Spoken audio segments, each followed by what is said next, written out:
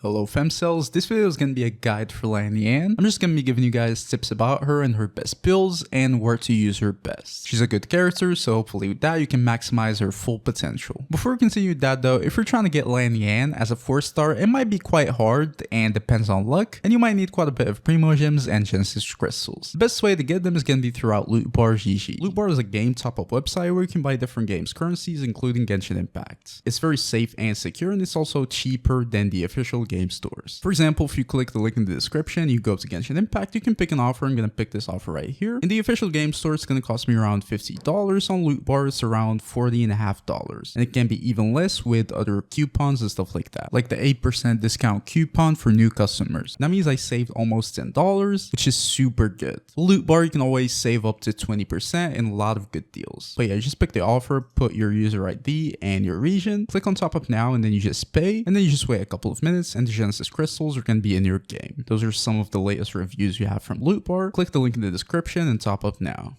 Alright, so back to the video, starting off with her kit. We're going to explain it very quick. It's probably one of the simplest kits we've seen in a while, so hopefully that's not going to take too long. So normal attacks are just going to be completely useless. Normal and emo normal attacks, but you never want to use them. Your elemental skill is going to be the most important thing on your kit. You're just going to press it, it's going to deal damage to an opponent, and if you deal damage, she's going to create a shield. That's pretty much it. That shield is going to scale off based on your attack, and if you hold it, you can just aim where you'd want to go. That's pretty much it. And that's the big thing about her kit. She's going to be able to create a shield, which is decently strong, and in a Nemo, being able to create a shield, that's gonna be pretty good. Your elemental burst, it's just damage and it can group enemies a little bit. You'd want to use it as something cool. First passive is just gonna increase your shield's efficiency if you hit like Pyro, Hydro, Cryo, or Electro. It's gonna increase your efficiency for these elements, and it's gonna give you some more extra damage. It's cool. It can be good in some situations. It's gonna make your shields much stronger, but you cannot really rely on it all of the time because you just never know what elements you're gonna hit. And then the last passive is just going to increase your damage based around your elemental mastery. So if you build elemental mastery on her, it's going to increase your damage, and then also obviously your swirls are going to be better. That makes elemental mastery a decent stat to build on Lanian. So yeah, that's pretty much it for her kit. That leads us to her talent priorities. I've just seen before, all of her talents doesn't really do much except for her elemental skill. So you want to upgrade your elemental skill first. It's the talent that's really going to matter. It's going to make your shield stronger, and then you can upgrade your elemental burst after that if you're after some damage. But it's definitely not really necessary. The only thing you need is going to be your elemental skill. Now, moving on to her constellations, we're going to go through them one by one and see if it's worth going for them or not. C1 is just going to give you another instance of damage pretty much. It's going to increase your damage, but her damage in general is not even all of that anyways. So it's a cool constellation. It's not really bad, but it's not going to change really anything about her. I'd say it's decent. C2 can reset your shield if you deal normal attacks with your active party member. I guess it's also decent. I mean, it's not gonna hurt, but it's not really a big deal because a lot of times your shield is gonna be enough. The limiting factor is gonna be just like the duration of the shield itself, not like the actual shield strength. And also your character needs to deal normal attacks, which is not always available. So it's a cool constellation. It can be good sometimes, but it's also definitely not necessary at all. It's not really gonna change much. C3 is just gonna increase the level of your elemental skill, which is just more damage and a stronger shield. It's pretty decent. You know, it's the talent that matters. C4 is that after you use your burst,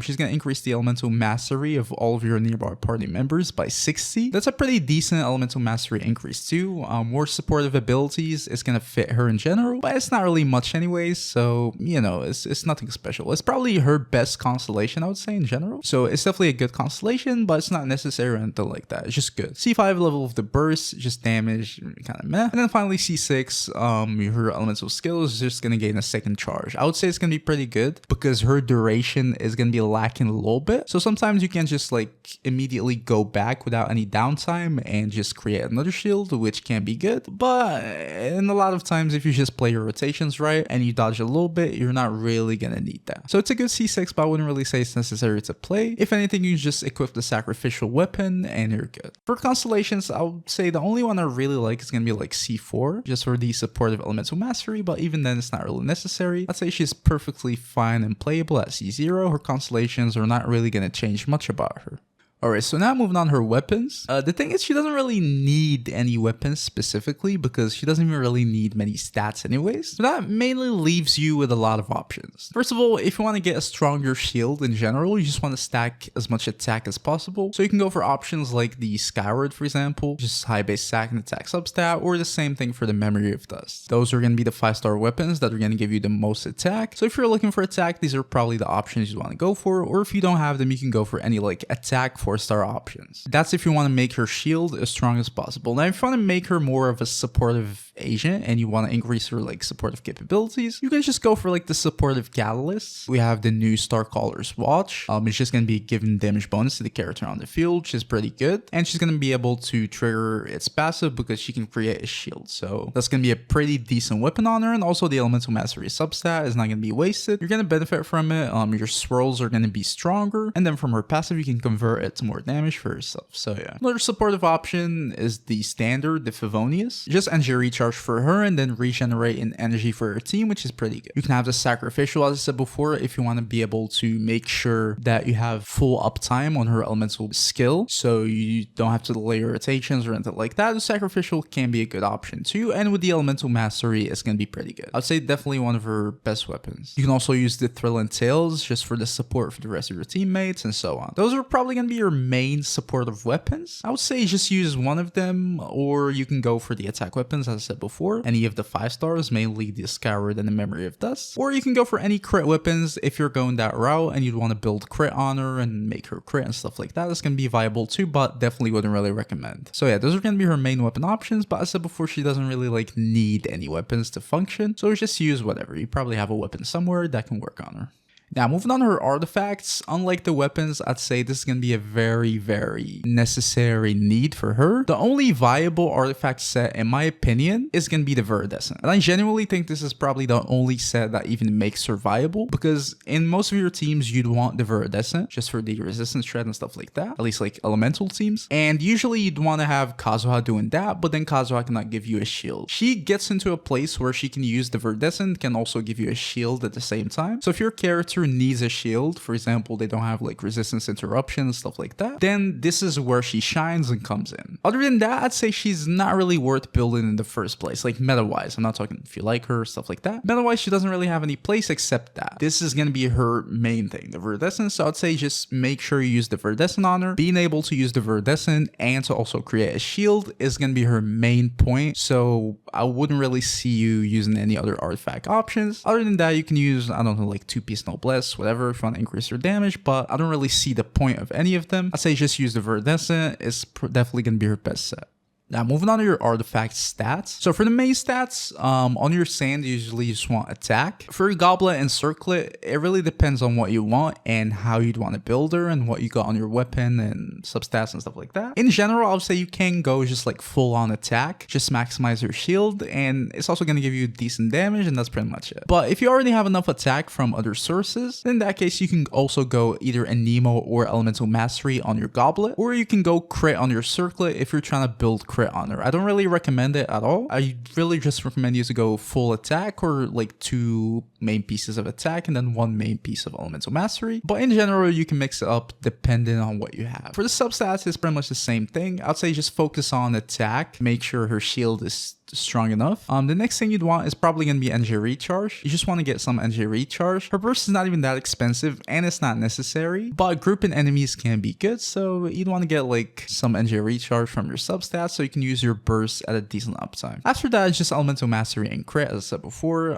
Depends if you're going for them or not. Elemental Mastery, you can just stack any, it's not really gonna hurt. And crit, if you're not building crit, it's gonna be wasted, but if you are, then you can go for some crit. Even if you're not building crit, actually, I mean, crit substats never hurt. So these are the things you generally want to be looking for. Now, moving on to her team comps. As I said before, her main thing is that obviously she's going to be a Nemo, so she can be used in like any team that needs an Nemo with the Viridescent. But if we're talking more specifically, you'd want to use her in a team where the main DPS needs a shield, and then also they need a Viridescent user, so she can hit 2 targets at once. The best example for that is going to be an Arlecchino team. Arlecchino needs a shielder, at least if you have her C0, and then she needs the Viridescent, obviously. obviously because of the resistance shred. So you can just use like Arlecchino, Bennett, that's gonna be like the main core of the team, and then use Lan Yan. She's gonna be able to give you the Viridescent and the shield. And that leaves another like open support set. Now you're not forced to use Kazuha or Zhongli or whatever. You can just use another extra good support, for example like Jalinin. Lan Yan is gonna be both your shielder and your resistance shred in this team, and that's gonna be super good. Another character that needs the same thing is gonna be, for example, Niviette. If you have him at C0, you're gonna need a shielder. So instead of using like Zhongli and Kazuha at the same time, you can just use Lan Yan. And then for the second support, you can use just any good support. For example, the same thing like Jalinin. So you can use like Niviette,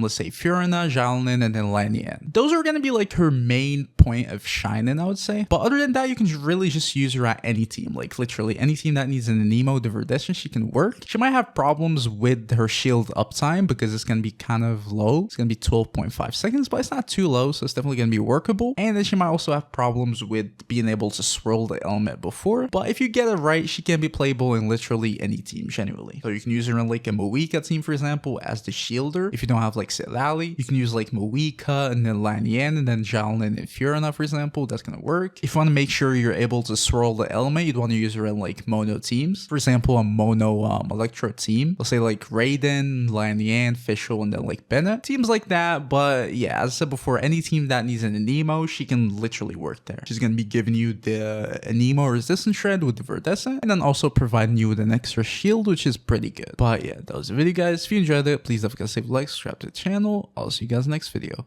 Peace.